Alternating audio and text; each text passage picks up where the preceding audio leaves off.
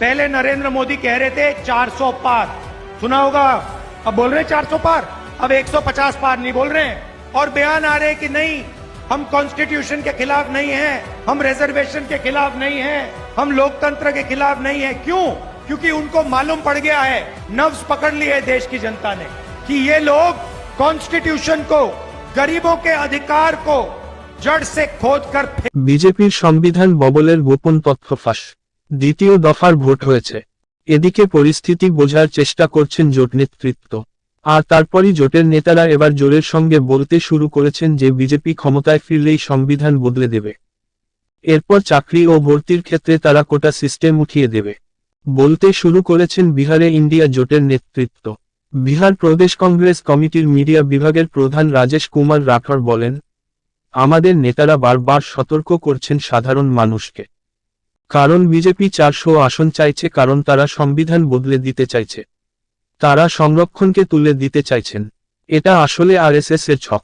আমরা ভোট পর্বের মধ্যে এটা বারবার মানুষকে বলছি।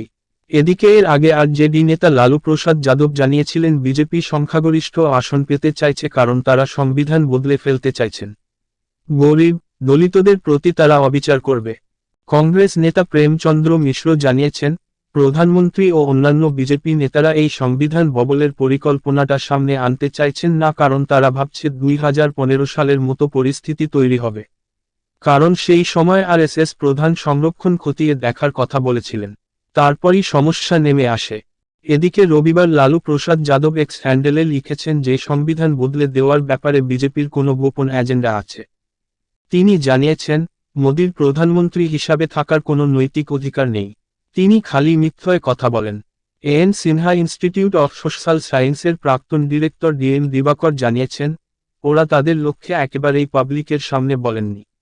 সংবিধান বদল করা, সংরক্ষণ বন্ধ করে দেওয়া এই রকম ব্যাপারগুলি নিয়ে বিজেপি অত্যন্ত সতর্ক, কারণ তারা ভাবছে এর মাধ্যমে বঞ্চিত মানুষরা তাদের পাশ থেকে সরে যেতে পারে।